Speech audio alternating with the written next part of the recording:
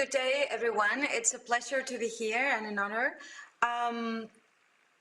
In the next 20 to 25 minutes, I will be talking about how the social media have become the social infrastructure of the 21st century. Presentation, please. And what implications it brings, both from the challenges perspectives and the opportunities perspectives, but also from an ethical standpoint. What is it that we need to consider when we use social media, and how is social media influencing also the internalization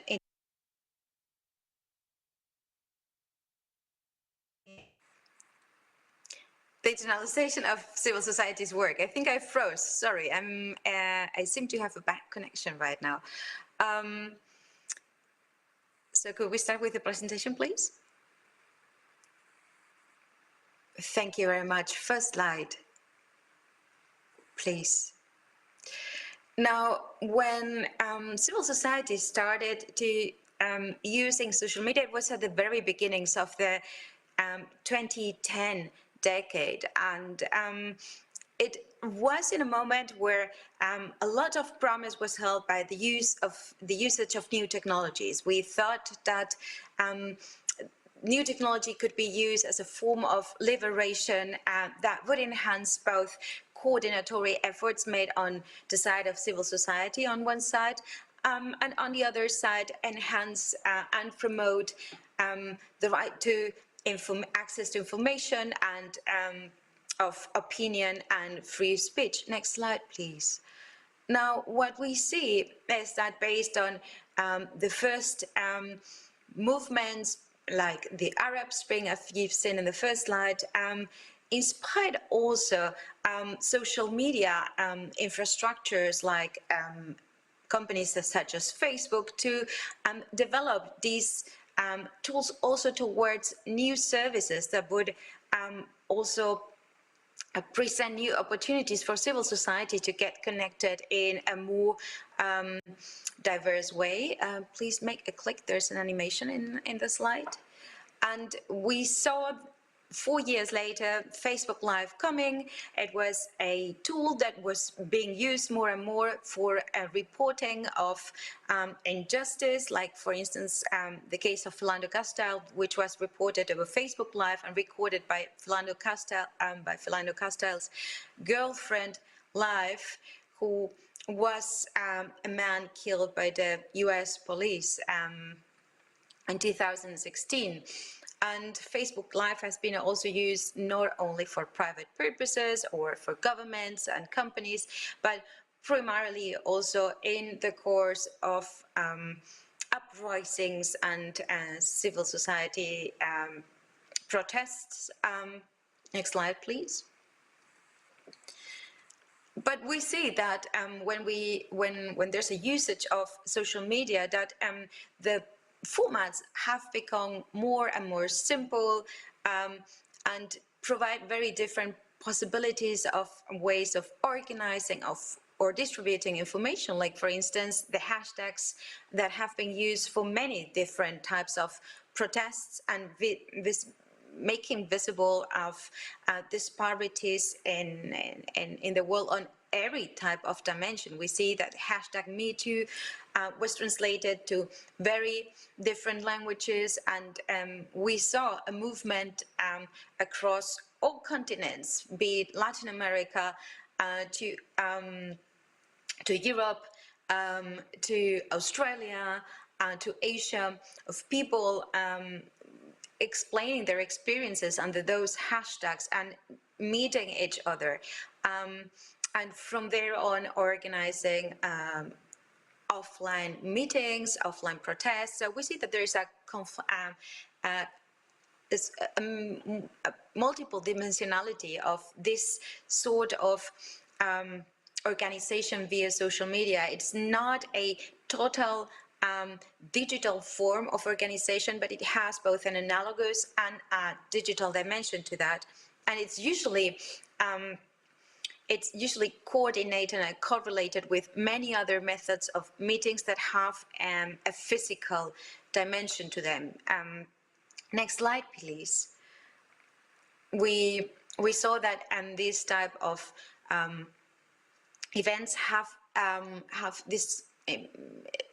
encouraged to have protests on all types of discourses and dimensions of social inequality and social injustice. Next slide, please. From the fight pink tax, which is a tax, which is a fight against structural inequalities in the gender context by visualizing pay more than men in all different types of contexts, being both in the hygiene sector or in the insurance sector, or with the things that they with many other dimensions in their everyday lives. And those stories were collected through the hashtag #FightPinkTax, but have been translated into many other countries across the world under different hashtags, but with the same meaning. Next slide, please. Of course, to the very well-known Black Lives Matter, where we see more sophisticated usage of social media to transmit both pictures, reports from the police, reports of stories of and reverting the memory culture that makes us rather more aware of the perpetrators of crimes than the victims of crimes, and bringing more visibility to all marginalized communities. Next slide, please.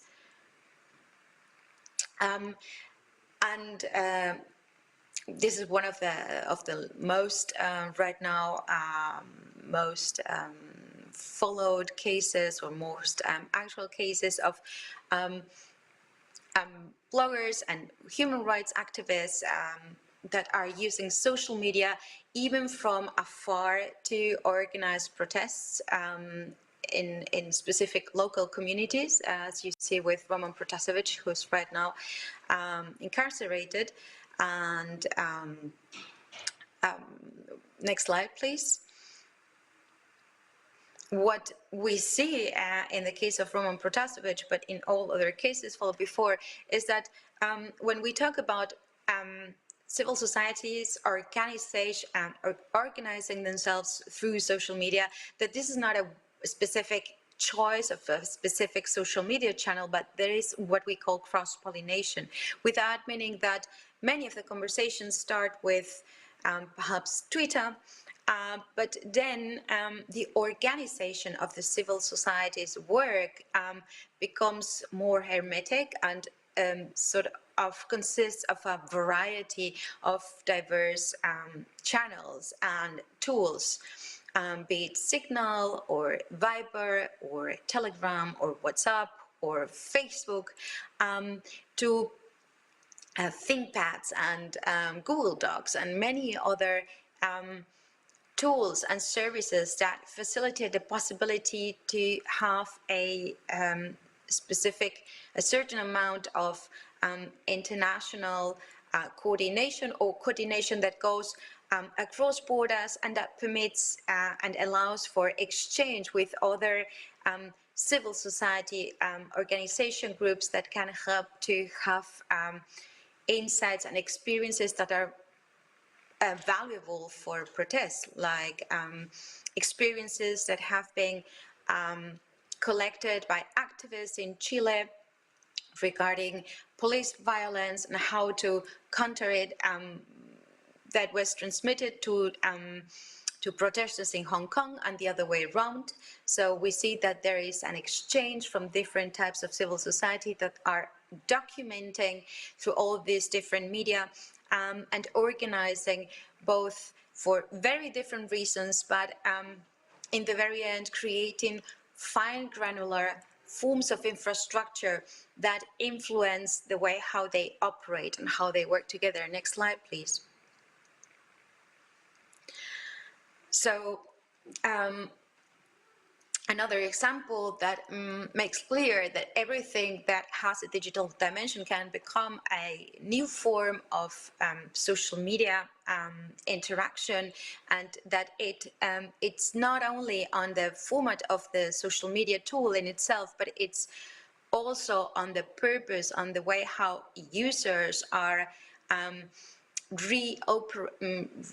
reforming and repurposing those tools. We see, for instance, that in Hong Kong, both Tinder, but also AirDrop, which is a function that doesn't need internet, and its service available in iPhones, was used to transmit information. Now, next slide, please. What we see with this type of strategies is that on the one side, we have new tools that allow for different types of interaction. We see that those tools are used in an overall strategy from civil society, and that those tools, to a certain extent, imply that there is a specific group of people that are able to coordinate how, across all those tools, how those tools are being used. Now, this means that what is being created with the usage of social media has a multiple dimensional impact. On the one side, we see that platforms like Facebook decide to enlarge specific ways of reporting and specific formats that are very much taking for granted that those tools are going to be used for social justice fights, for NGOs, etc. On the other side, what we see is that those tools do not cast a monopoly on the way how civil society is cooperating, but quite on the contrary, there's a cross-pollination across all those channels. And on the other side, what we see is that for the coordination of all those channels, there's additional manual work needed. This means, in the very end, that also civil society entities appear and start creating necessary platforms that go under or are underlying all these strategies to host with their servers, with the tools that they, with the texts that they are creating and editing, and sending and publishing all over the world, to contact and coordinate with other civil society groups, perhaps in some other parts of the world, as in the case between Chile and Hong Kong, to exchange about knowledge and how to counter police violence. And on the other side, this means that with that, what we also see is a platformization of specific civil society organizations. Next slide, please.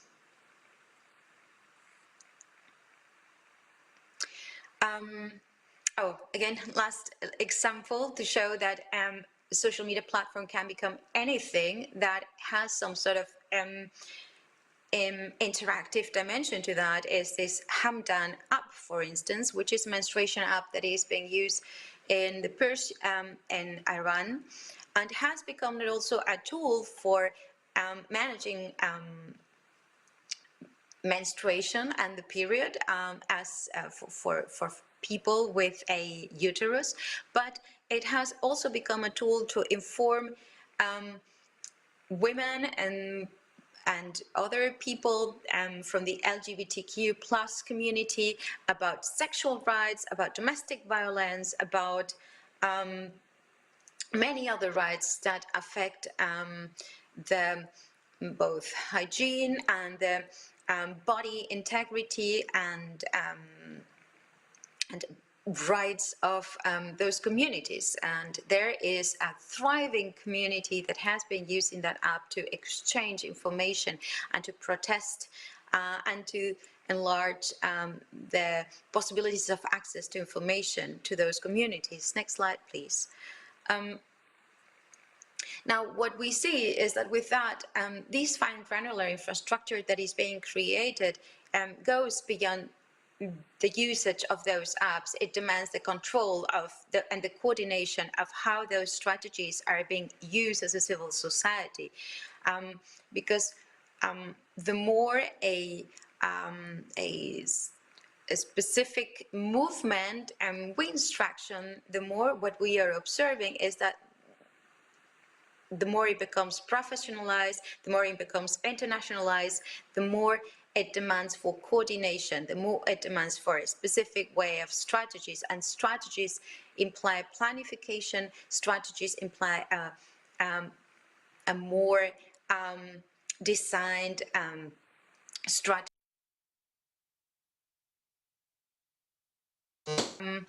Leads to a specific amount of problems that need to be addressed when we talk about how the international community is working together in cases of social justice. Next slide, please. Now, we saw, for instance, that one of the first movements that made usage of social media, apart from this Arab Spring, was slutwalks. The slutwalks were protests initiated by women in North America due to the sermon of a police constable called Sanguinetti, who made the assertion that women should avoid dressing in a specific way to avoid being raped. This sort of caused a specific form of protest. It was a celebration. Women would go out at the streets trying to reclaim their bodies and protest against victim blaming. Now, what we saw, next slide please, is that this form of protest that became international and was being celebrated in all continents across the world, both and not only in America, North and South America, but also in Africa, also in Europe. That a specific, next slide please, specific amount of criticism was raised because it was, next slide please, it was a form of protest that that was seen predominantly as a form of protest from white feminist groups that wasn't able to accommodate the different cultural experiences from marginalized communities, and the inability of this movement to accommodate those experiences and to reflect about the wording that was being used, the way how the protest was being both communicated on social media and across different mainstream media, and the inability to establish a dialogue led to very hefty protests, specifically from African American communities, from people of color, and to a certain extent also from the LGBTQ plus communities. What we saw on the positive side of this event was the possibility through social media also to raise discussions and to make visible discussions that are very much needed within the community of the international civil society. Next slide, please. Now, through the platformization of civil societies that offer themselves as a platform so that they can make through their platforms visible specific marginalized communities, or intervene in other cultures and exchange for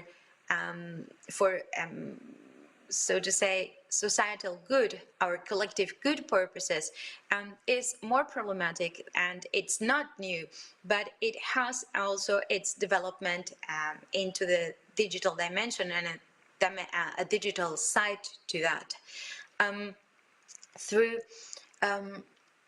new digital tools, there's been a whole movement about open data and access to information, for instance, in the Global South. And as Radiat Abebe, together with Abiba Birhane from Ethiopia, have shown, is that most of these movements that are initiated in the Occidentalized world by Occidental international NGOs leads to an open data movement with data from Africa and about Africa that even though the intention is meant to offer better access to African activists and citizens to that data, in the very end simply amplifies the already existing asymmetries, and it's not accessible by African civil society or the African wider community, but merely accessible both by the activist initiatives, the international activist communities in the Western side of the world, and their funders. So in the very end, this is important information that is rather used and accessible and more interesting for those communities, and in the very end, it doesn't have any impact on the real lives of the continent and the different cultures that are getting a digital extraction of their lives form into data. Next slide, please. And this goes, as mentioned, hand in hand with the fact that social justice has been professionalized more and more in the course of the 20th century up to nowadays. And as Florencia Jones de Almeida, in the recopilation, one of the very critical recopilations or editorial book on revolutions and social change.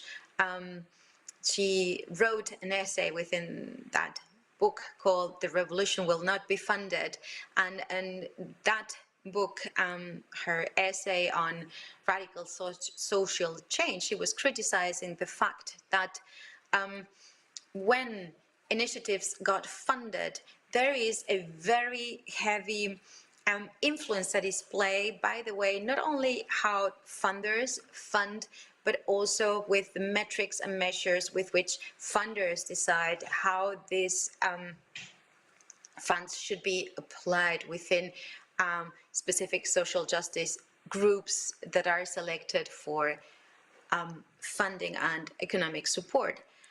Next slide, please. So,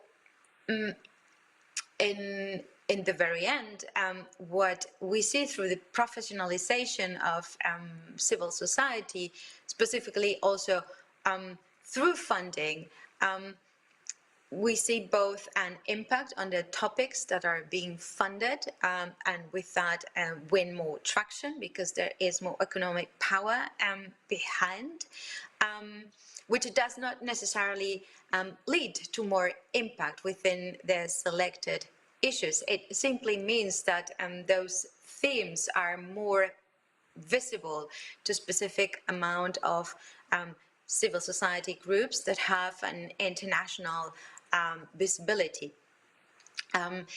Quite on the contrary, what we see is that impact measurements have been heavily criticized for the last 20 years, precisely because the measure of impact that goes as a requisite to decide how or whether a specific issues and specific organizations are going to receive money for philanthropic purposes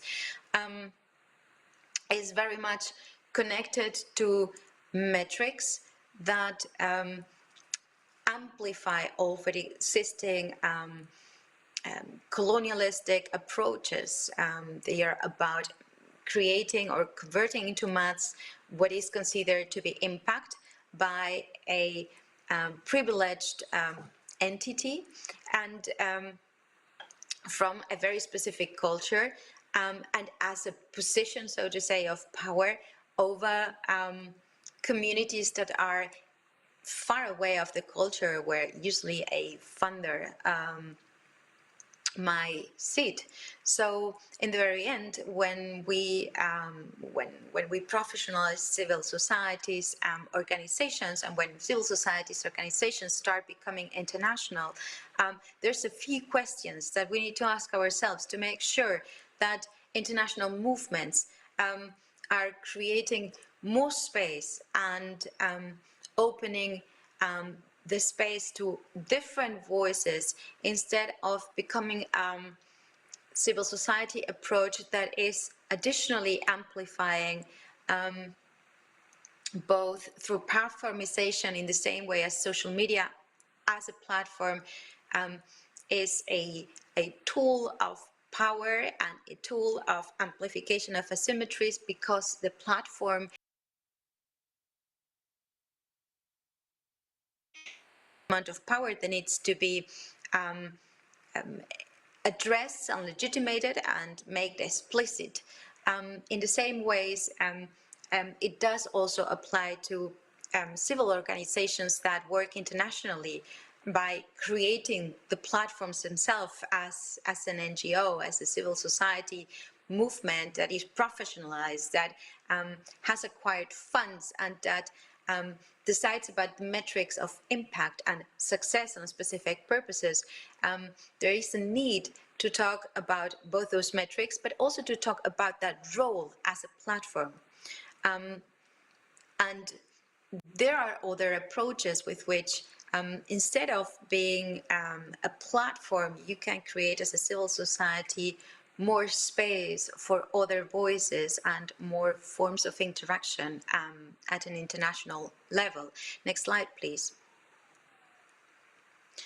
Now, for instance, as a good example, we see new platforms. This is a 2-year-old platform called Participedia, which is collecting methods of interaction and participation that are community-based. So it's a global network that is not asking for global solutions, but is very much focused on decentering, on creating communities that and creating space for communities that can coordinate with each other without having the need for a specific platform. This platform, it's in the very end not a platform. It has a structure that consists of people from different continents and rules that are different depending on the continent, depending on the community. It's right now translated. Every input to the website is translated at least in 7 different languages and growing. Next slide, please. And we also see, for instance, other initiatives like Whose Knowledge, who is also from different perspectives and different projects, making visible marginalized communities and refraining back from global movements that that in the very end imply, when you create a global movement, that there is a center and that there is a periphery to it, trying to decentralize and make space for different folky understanding that each community has not only their own language and not only their own participatory issues, but also their own knowledges, and with that, their own processes. And it's about the exchange and the relationality, so the interactions between the different communities. It's more about not optimizing, but caring and creating infrastructures of care of how different communities can be appreciated and can be used in their differences. Next slide, please. So to sum up, when civil society interacts with each other, and there is an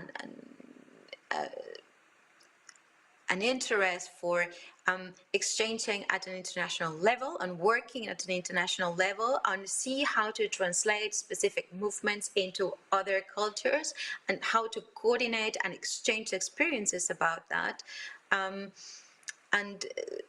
when thinking about how to fund these type of communities, on how to create structures and infrastructures where interaction is possible, there are a few questions that are needed to be asked as a form of self-reflection for all civil society working from Western countries and operating with Western money.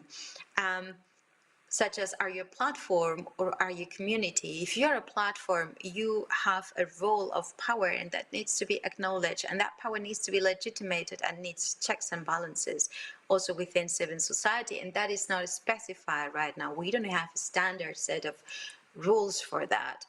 Are you extracting? Are you taking information from other communities and presenting them in your platform?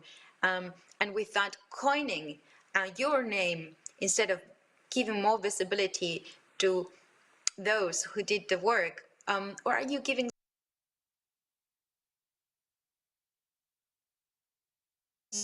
from the management level, the C level, that are diverse, or are you working with specific individuals as a form of tokens for proving representation? That is also part of the conversation that makes possible the capacity of understanding the differences and working in a way that communities can exchange in a caring way instead of amplifying, colonializing patterns of behavior.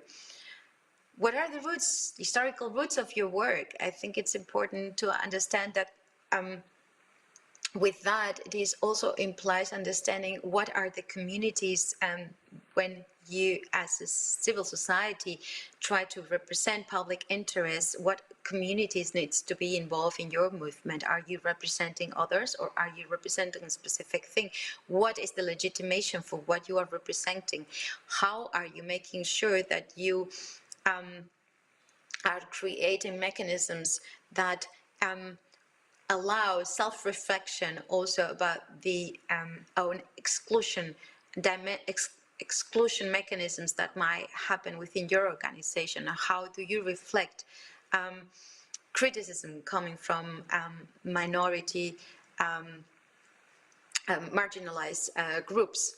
And in the very end, of course, it's also about the money. We need to ask ourselves as civil society, how does funding influence the work that we are doing?